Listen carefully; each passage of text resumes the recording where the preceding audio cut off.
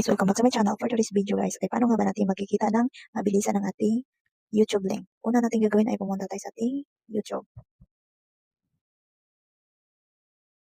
Then after that, makikita nyo ang inyong profile sa baba. I-click lang natin. Then, profile ulit, i-click lang natin. Then, may makikita kayong tatlong guhit sa taas, sa bandang gilid. I-click lang natin to. Then, makikita nyo share. I-click natin ulit to.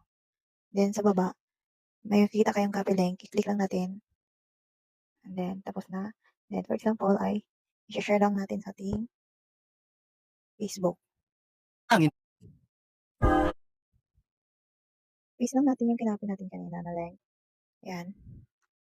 Ayan, makikita nyo. Dito natin, YouTube natin. Ayan. Try natin i-post. Ayan natin YouTube channel guys. Then, i-click lang natin to. Ayan,